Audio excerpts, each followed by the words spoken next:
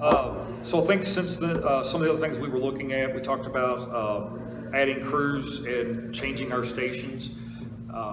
We have, the way our county is laid out, most of the population is in a relatively narrow band along the I-71 corridor, yet we still have a lot of square miles that are very rural, and it's hard to justify having an ambulance out in the middle of nowhere that might make a run a week when you got other areas that we're constantly running. Right. But we are looking to maybe add a truck, and then in addition to adding a truck, taking our current stations, replacing one just because it's outdated, and then the other one, not only we share it with the fire station, and it's not really the best geographical place for us. I mean, it's nice because it's essentially free, but it's not the best place for us. Plus, if we moved it a few miles to the east, give us a whole lot better coverage for that section of the county.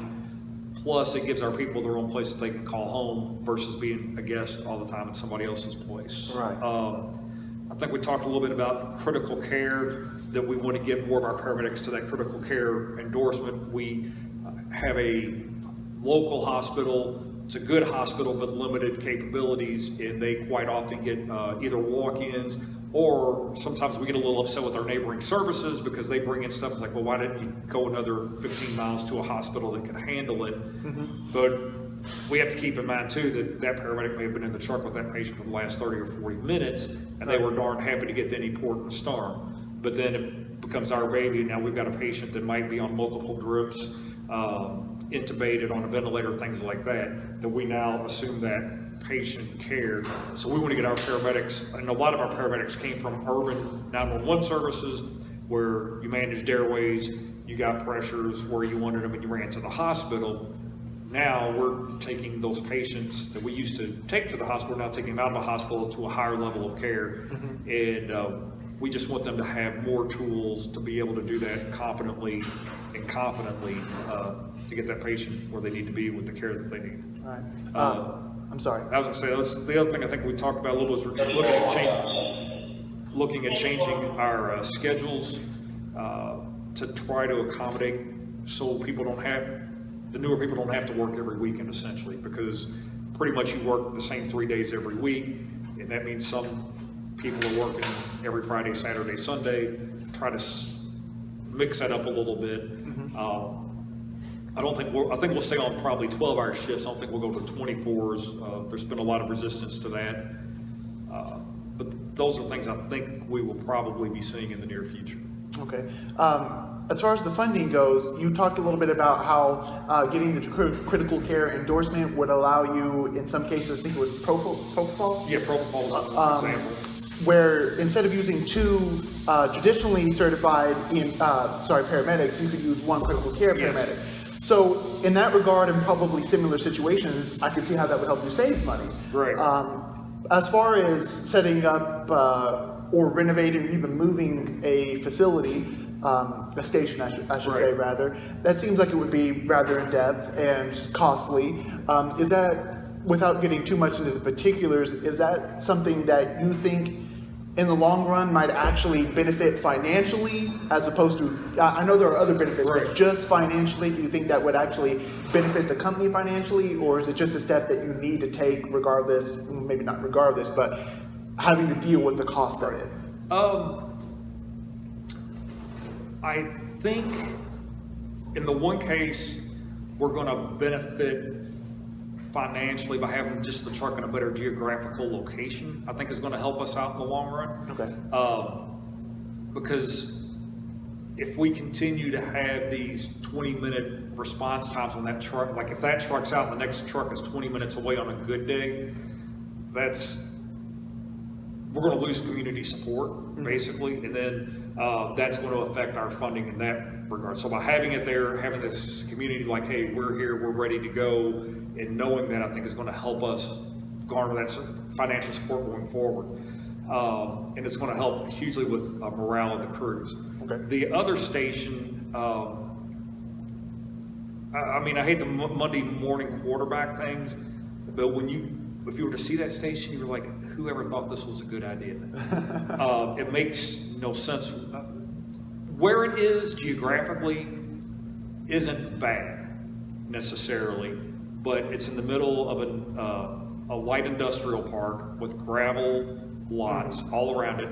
So the truck, you can't keep the truck clean. You can't keep gravel dust out of the building. The quarters are, I'd say squalid's probably a good way to describe them. So that it's, you just destroy morale by sentencing someone to that station for 3 months. I don't know how else to put it, I really don't. So I think, and again, with that station, we're looking not only at moving it, but because it needs to be replaced, but also moving it to give us better coverage in the county. Okay. And again, I think as long as the community knows that we've got their interest is what's driving what we're doing, I think we're going to have that financial support. It will be our taxing board that will actually make those decisions. And as it currently stands, the sense I get from upper command is that the board is behind us doing these things because they see that that's going to be a long-term benefit. Okay, that's good. Being that I actually am kind of familiar with that particular location from the last time I met with you, I would say that if I had never had that orientation, I would never know that that station was there. Right. So perhaps moving it to a place where someone, the community would see it more often would help. That's a good point too. I hadn't really considered that. But just the community being able to see that you're there, I think, because everybody coming down I-71 can see this building Right. here. So just being able to see Oldham County EMS's sign, know that they're there, in my opinion, can actually make a lot of the community feel more confident that And you're even there if they need you. Even though that's kind of on a minor side road, there's a firehouse literally 100 yards away, but it is a huge, nice building that has their name. It's not hidden behind a bunch of stuff where you can't even tell it's there. Now, I really had not considered, and that's a very good point, that like, oh yeah, my ambulance station is there. Because honestly, most of those people probably think their ambulance is coming from Buckner or here. Right. And it's not. And that's a really good point. Yeah. So we've discussed some things that your company plans to do within the year, in the next 3 years. How about some things, some long-term plans within the next 5 years that you'd like to accomplish? Probably the biggest one I would say is adopting more of the advanced EMT program, doing classes internally for our people, and then just kind of embracing that. And I think it's going to take some adjustment because it's not really been real big on the state's radar, and then trying to explain to people, sometimes it's hard enough to explain to people the difference between an EMT and a paramedic, and now we're kind of throwing a hybrid in there. But that's probably going to be one of our biggest issues. Some of these stations might also kind of, even though we want to do it sooner, that might end up being more of a 5-year thing. I think it's going to happen sooner. And then just maintaining all the accreditations, like the CAS we talked about earlier, I think it's every 3 years. So again, that's going to be a cyclical thing, and that's something we want to maintain. The other thing that we've really looked at is getting our people, and from an education standpoint particularly, we have a lot of people here that are good instructors.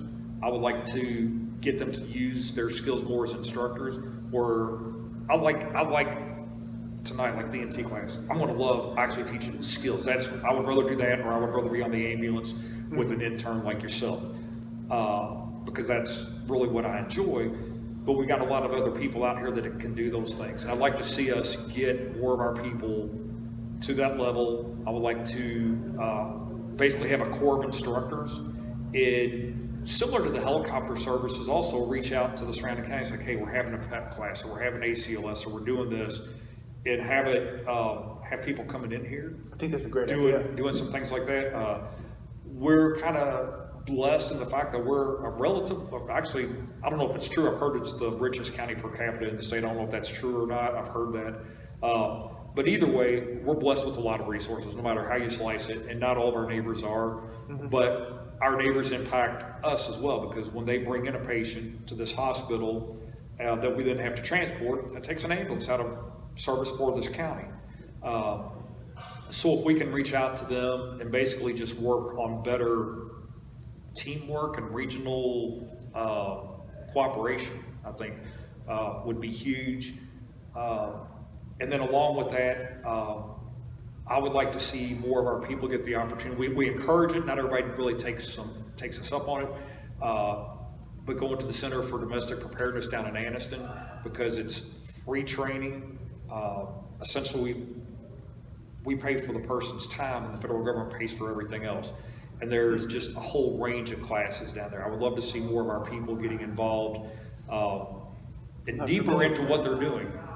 Basically, I mean, we've got a few people, and I guess every organization has that, you know, well, by golly, in 1989, this is how we did it, and I don't need to know any more than that. And I'm a dinosaur, but that just irks the tar out of me. It's like, no, we've learned since then, and we need to learn, and what we're going to find out in your career, you'll see as well, 20 years from now, you're going to be like, I can't believe we did that in 2019. That was horrible. But right now, we think we're doing the best with what we've got. Right.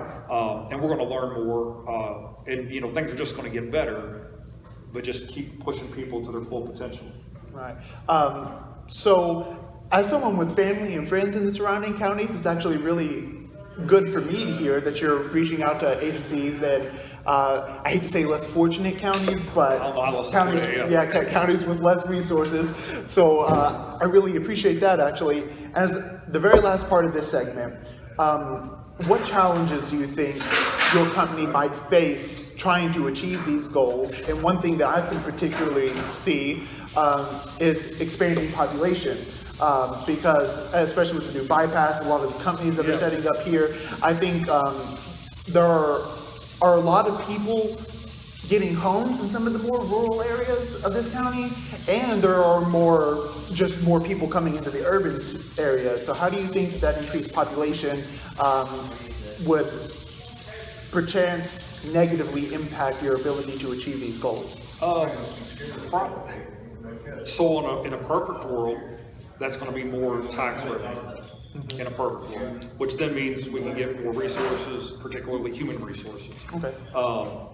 But the other side of that also means our run volume is probably going to go up. In some ways, if the people stay in this, that kind of 71 corridor I talked about, if they stay in that area, it kind of makes it easier in some ways. If they start getting, like you said, more of those rural areas, then we're going to have to look at perhaps moving some trucks around. And like, for instance, right now there's 2 ambulances stationed here. Mm-hmm. Maybe we'll see in a couple of years that maybe we need to move one further out 53. Mm-hmm. So